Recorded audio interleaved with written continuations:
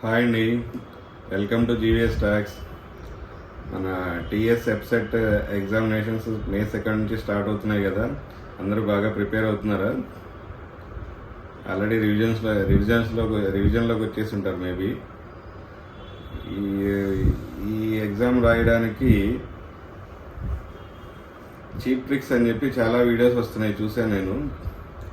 కానీ back test చేసి చూస్తే కనుక ఇవన్నీ కూడా అంత వర్కౌట్ అయ్యేలాగా అనిపించలేదు నాకైతే. కనుక కరెక్ట్ అవుతుందో కాదో తెలియకుండా గెస్ట్ చేసి అలా పెట్టడం అనేది అంత సక్సెస్ రేట్లా ఉన్నట్టుగా నాకైతే కనిపించలేదు. దానికంటే కనుక ఏబిసిడి ట్రిక్ ఒకదాన్నే ఫాలో అవటం బెటర్ అని చెప్పి నాకు అనిపించింది.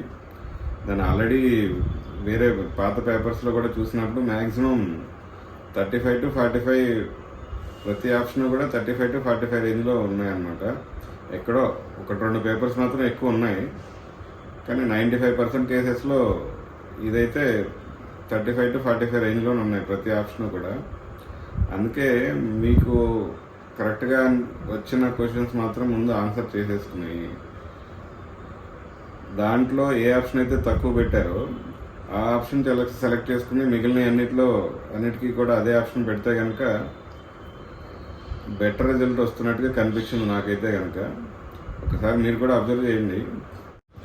ఫర్ ఎగ్జాంపుల్ 40 క్వశ్చన్సే మీకు తెలిసినవి, 40 క్వశ్చన్స్ ఆన్సర్ చేశారు. ఇంకా 120 క్వశ్చన్స్ ఉన్నాయి. ఇంకా ఈ 40 క్వశ్చన్స్లో ఏ అనే ఆప్షను అన్నిటికంటే తక్కువ, మేబీ 8 అట్లా ఆన్సర్ చేశారు. కాబట్టి ఏ అనే ఆప్షన్ ఎక్కువ ఉండే అవకాశాలు ఉంటాయి మనకి మిగిలిన వాటిలో. మిగిలిన 120కి కూడా ఈ ఏ అనే ఆప్షన్ పెడితే కనుక మీకు ఆల్మోస్ట్ 30 వరకు, అప్రాక్సిమేట్గా 30 వరకు మీకు కరెక్ట్ అయ్యే అవకాశాలు ఎక్కువ ఉంటాయి. మీకు ఆల్మోస్ట్ ఈ 40 కరెక్ట్ అయ్యి ఆ 30 వచ్చినా కూడా 70 రేంజ్లో ఉంటారు. మీకు ±5లో వచ్చేస్తారు. 65 to 75 అన్నా కూడా మీకు మంచి ర్యాంక్ వస్తుంది. 65 వచ్చినా అనుకోండి, సపోజ్ 15,000 రేంజ్లో ర్యాంక్ వస్తుంది మీకు. 75 కనుక వస్తే మీకు ఆల్మోస్ట్ 7-8,000లో వచ్చేస్తే మంచి కాలేజీలో ర్యాంక్ వస్తుంది, మీకు మంచి కాలేజీలో సీట్ వస్తుంది. కాబట్టి ఒకసారి చూసుకుని 1-2 సార్లు ఆలోచించుకొని ప్రిపేర్ అయ్యి జాగ్రత్తగా ఆన్సర్ చేయండి.